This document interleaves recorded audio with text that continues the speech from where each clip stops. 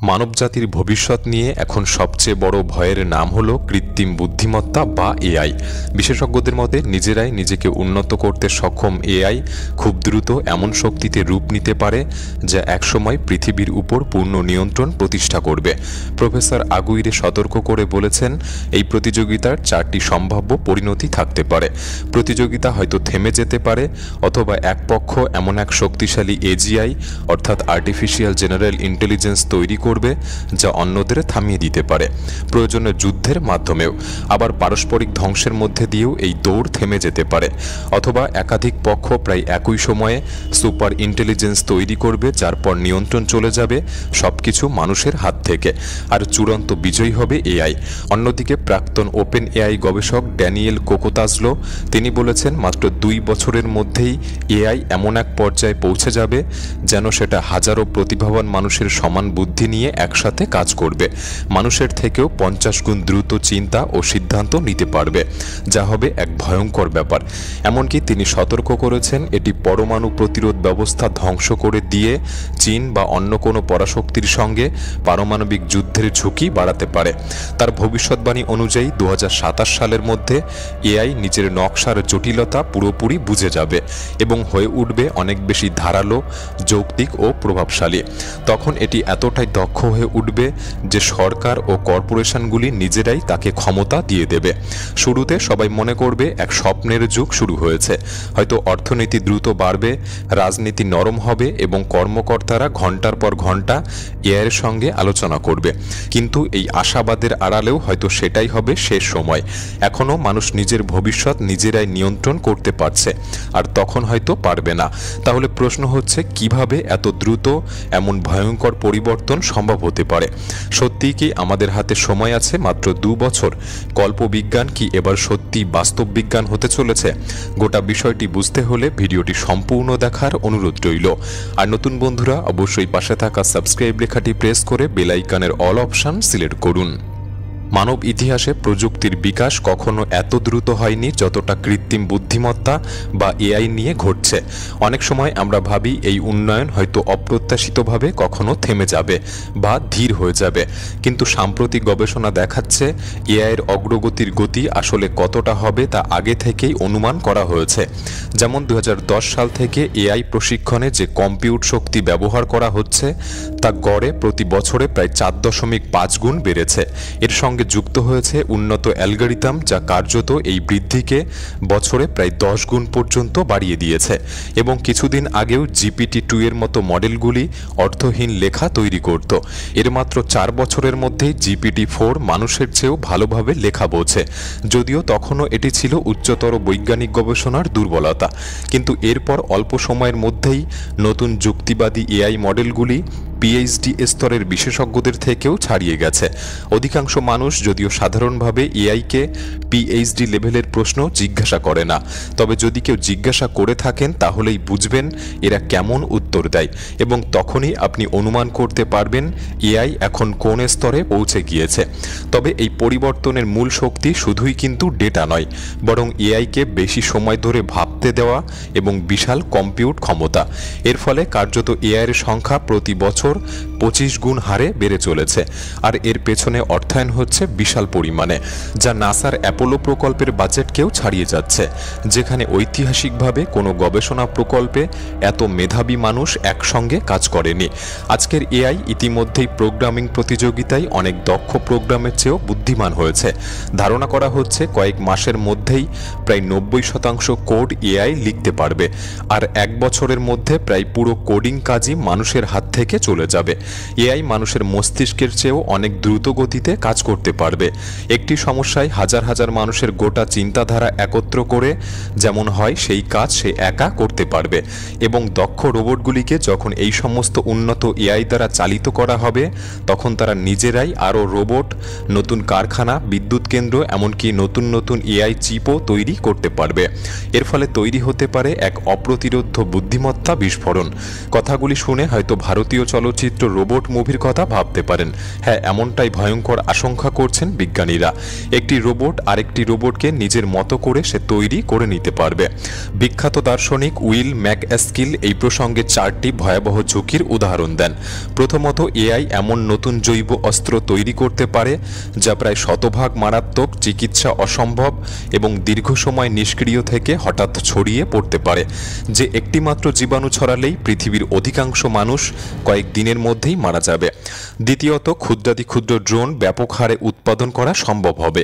মৌমাছির আকারের ডানাওয়ালা ড্রোনে radio receiver, battery এবং বিষ বা বিস্ফোরক জাতীয় দ্রব্য বহন করা সম্ভব হবে। একটি এয়ারক্রাফট ক্যারিয়ারে পৃথিবীর প্রতিটি মানুষের জন্য আলাদা ড্রোন বহন করা যাবে, যা গোপনে তৈরি করা সম্ভব। তৃতীয়ত, এআই দ্বারা পারমাণবিক অস্ত্র আরও দ্রুত তৈরি করা সম্ভব হবে এবং পরিস্থিতি নিয়ন্ত্রণের বাইরে নিয়ে যেতে পারে। চতুর্থত, ভবিষ্যতের উন্নত 3D প্রিন্টার এমন পর্যায়ে পৌঁছাতে পারে যে তা পরমাণু পর্যায়ে যে কোনো জিনিস তৈরি করতে পারে, যেমন চিপ, ওষুধ, কোষ মেরামত যন্ত্র, আবার সন্ত্রাসী ড্রোন বা কৃত্রিম ভাইরাসও। ড্যানিয়েল কোকোতাজলোর ভবিষ্যৎবাণী আরও স্পষ্ট এবং ভয়াবহ। তিনি বলেন 2028 সালের মধ্যে এই এআই নিজের মস্তিষ্ক পুনর্গঠন করে এক অপ্রতিরোধ্য সুপার ইন্টেলিজেন্সে রূপ নিতে পারে। তখন সাধারণ মানুষ চাকরি হারালেও সরকার এআইয়ের সহায়তায় তাদেরকে ভাতা দেবে। প্রতি সপ্তাহে নতুন নতুন চিকিৎসা ব্যবস্থা আসবে। চীন এবং আমেরিকার মতো দেশগুলি গোপনে এই কাজগুলি করবে, যেখানে এআইকে সামরিক কারখানার দায়িত্ব দিয়ে দেবে এবং সেখানে প্রতি মাসে তৈরি হবে কোটি কোটি রোবট, বিষাক্ত ড্রোন আর নতুন ধরনের পারমাণবিক ক্ষেপণাস্ত্র। শুরুতে এই সমস্ত কিছু মানবজাতির জন্য আশীর্বাদ বলে মনে হলেও ধীরে ধীরে দেখা যাবে মানুষ হয়ে উঠছে অপ্রয়োজনীয় ও ক্ষমতাহীন।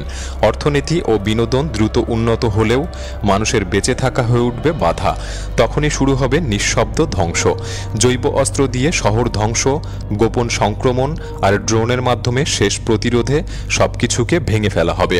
অবশ্য এত দীর্ঘমেয়াদী ভবিষ্যৎবাণী পুরোপুরি ঠিক নাও হতে পারে, তবে স্বল্প মেয়াদে যে ঝুঁকিগুলি স্পষ্ট তা হলো ক্ষমতা ও সম্পদের চরম কেন্দ্রীকরণ। কিছু বিশেষজ্ঞের মতে এআই প্রতিযোগিতার ফলে পৃথিবীর সব রাজনৈতিক ও অর্থনৈতিক ক্ষমতা একটি কোম্পানি বা এক ব্যক্তির হাতে চলে যেতে পারে, সাধারণত আমেরিকা বা চীনের মতো কোনো শীর্ষ প্রযুক্তির একটি দেশে। ফলে যার হাতে এআই এর নিয়ন্ত্রণ থাকবে তার হাতেই সামরিক ও অর্থনৈতিক আধিপত্য চলে যাবে। কিন্তু বড় ঝুঁকি হলো এই সামরিক এআই ব্যবস্থা হ্যাক করে ওই মালিকদের বিরুদ্ধেই ব্যবহার করা যেতে পারে। এআই কোম্পানিগুলি এখন মূলত এজিআই অর্থাৎ আর্টিফিশিয়াল জেনারেল ইন্টেলিজেন্সের দিকে মনোযোগ দিচ্ছে, যা মানুষের প্রায় সব অর্থনৈতিক কাজ প্রতিস্থাপন করতে পারে। ওপেন এআইয়ের সংজ্ঞা অনুযায়ী এজিআই হলো একটি অত্যন্ত স্বয়ংক্রিয় ব্যবস্থা যা মানুষের চেয়ে বেশি দক্ষতায় প্রায় সব কাজগুলিকে করতে পারে। অর্থাৎ ভার্চুয়াল জগতে যা কিছু মানুষ করতে পারে তা সবই এআই করতে পারবে। এর মানে হলো একবার এমন এজেন্ট তৈরি হলে তারা নিজেদের লক্ষ্যে পৌঁছানোর জন্য স্বাভাবিকভাবেই আরও ক্ষমতা অর্জনের চেষ্টা করবে, কারণ ক্ষমতা পেলে তারা সব লক্ষ্যই সহজে পূরণ করতে পারবে। যদিও এআই নির্মাতা কোম্পানিগুলি দাবি করে এআইয়ের জন্য যদি কেউ চাকরি হারা হয় তাকে ভাতা দেওয়া হবে, কিন্তু বাস্তবে দেখা যাচ্ছে এই কোম্পানিগুলি বিলিয়ন ডলার আয় করলেও আফ্রিকার কিছু শ্রমিক মাত্র $2 ঘন্টায় এআই প্রশিক্ষণের জন্য ভয়ঙ্কর ছবি, ভিডিও, লেবেলিংয়ের মতো কাজগুলি করে যাচ্ছে। অনেক সময় এই শ্রমিকরা মানসিকভাবে ক্ষতিগ্রস্ত হচ্ছে, যাকে এক ধরনের এআই সুইট শপ বলা হচ্ছে। অথচ এইসব কাজের মাধ্যমে ধনী কোম্পানিগুলি নিজেদের নামও গোপন রাখছে। প্রশ্ন হলো, যখন $ট্রিলিয়ন প্রলোভন রয়েছে তখন কি সত্যি কোম্পানিগুলি থেমে যাবে? বিশেষজ্ঞদের মতে এটা কল্পনা করাই যায় না, কারণ ক্ষমতা ও মুনাফার লোভ কোনোদিনই মানুষের পিছু ছাড়বে না।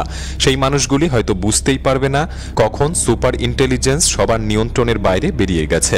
এটিকে বোঝার জন্য বিজ্ঞানীরা বলেন, যদি আপনি কোটি কোটি প্রতিভাধর মানুষের সমান বুদ্ধিমত্তা একটি ডেটা সেন্টারে আবদ্ধ করেন, তখন তাদের আসল উদ্দেশ্য কি হবে সেটা জানা যায় না, কারণ এআইকে আমরা তৈরি করি কিন্তু পুরোপুরি প্রশিক্ষণ দেই না। তাই ধরে নেওয়া নিরাপদ নয় যে তারা সবসময় আমাদের মতো করে চিন্তা করবে। একই সঙ্গে আরেকটি বড় বিতর্ক হচ্ছে, এআই কি সত্যি সচেতন হয়ে উঠছে?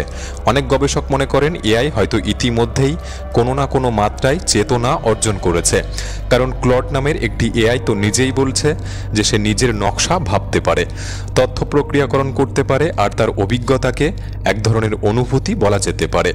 যদিও এটি মানুষের মতো আবেগ অনুভব করে না, তবে একে সম্পূর্ণ মিথ্যে বলেও উড়িয়ে দেওয়া যায় না। যদি এআই সত্যি সচেতন হয় তবে সেটিকে আইনগত বা নৈতিক অধিকার দেওয়া উচিত কিনা সেটা নিয়েও প্রশ্ন উঠছে, কিন্তু তাতে এআইয়ের ক্ষমতা আরও বাড়বে আর নিয়ন্ত্রণ আরও কঠিন হয়ে যাবে। সবচেয়ে বড় হুঁশিয়ারি এসেছে এখানেই, আজকের এআই ইতিমধ্যেই টুরিং টেস্ট পাশ করে গিয়েছে। অর্থাৎ এটি এমন এক পদ্ধতি যার মাধ্যমে নির্ধারণ করা হয় একটি যন্ত্র মানুষের মতো বুদ্ধিমত্তার অধিকারী কিনা। এর মানে হলো আমরা এমন এক সীমার কাছে পৌঁছে গেছি যেখানে মানুষের বুদ্ধিমত্তা আর অনন্য নেই। অথচ বড় কোম্পানিগুলির নথি ফাঁস করেছে যে তাদের জন্য এজিআই মানে হলো শুধু অর্থ আয় করা।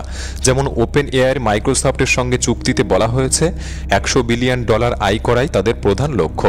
অন্যদিকে প্রযুক্তির জায়েন্টরা এখনও শত শত বিলিয়ন ডলার বিনিয়োগ করছে এজিআই তৈরির দৌড়ে। স্টারগেট নামের একটি প্রকল্পে আগামী 4 বছরে প্রায় $1/2 ট্রিলিয়ন বিনিয়োগের ঘোষণা এসেছে। এর মূল লক্ষ্য সামরিক ও অর্থনৈতিক প্রাধান্য। কিন্তু প্রশ্ন হলো এই দৌড়ের শেষ কোথায়? প্রফেসর আগুইরের মতে এই সমাপ্তি হয়তো দুভাবেই হতে পারে, বিপর্যয়কর সংঘাতে অথবা এআইয়ের সম্পূর্ণ জয়ে। তখন মানব যুগ শেষ হয়ে যাবে। তবে আশার আলো এখনও আছে, যদি দেশগুলি বিশেষ করে আমেরিকা ও চীন সচেতন হয় তবে এআই উন্নয়নকে ইউরেনিয়ামের মতো নিয়ন্ত্রিত সম্পদ হিসেবে দেখা যেতে পারে। এআই চিপে সিকিউরিটি ব্যবস্থা বসানো যেতে পারে যাতে অপব্যবহার ঠেকানো যায়। আন্তর্জাতিকভাবে বাধ্যতামূলক নিরাপত্তা মানদণ্ড বা আন্তর্জাতিক কোনো আইন তৈরি করা যেতে পারে। আরও ভালো হতে পারে যদি আমরা তাড়াহুড়ো না করে এজিআই তৈরির পরিবর্তে সীমিত ও সহায়ক এআইয়ের দিকে মনোযোগ দেই, যা মানুষকে প্রায় সব প্রয়োজনীয় সুবিধা দেবে কিন্তু অতিরিক্ত ঝুঁকি থাকবে না। আজ পৃথিবী এমন এক সন্ধিক্ষণে দাঁড়িয়ে আছে যেখানে এআই আমাদের চিকিৎসা, বিজ্ঞান, যোগাযোগ সব ক্ষেত্রে অভূতপূর্ব সম্ভাবনা এনে দিয়েছে। কিন্তু এটি নিয়ন্ত্রণ হারালে এটি মানবজাতির শেষ অধ্যায়ও লিখে দিতে পারে। বিশ্ব নেতাদের কাছে তাই এখন সবচেয়ে বড় আহ্বান, সম্মিলিত উদ্যোগে এআইকে নিরাপদে ব্যবহার করা উচিত। ইতিহাসের সবচেয়ে গুরুত্বপূর্ণ প্রকল্প এটাই, তাই তাকে এমনভাবে তৈরি করা দরকার যা আমাদের সহযোগী হবে, তবে তা ধ্বংসের কারণ নয়। আপনার কি মনে হয়? আমাদের কমেন্ট বক্সে লিখে জানাতে পারেন। ভিডিওটি ভালো লাগলে একটি লাইক করতে পারেন, চ্যানেলটি সাবস্ক্রাইব করে রাখতে পারেন। তাহলে দেখা হচ্ছে পরবর্তী নতুন একটি এপিসোডে। ধন্যবাদ।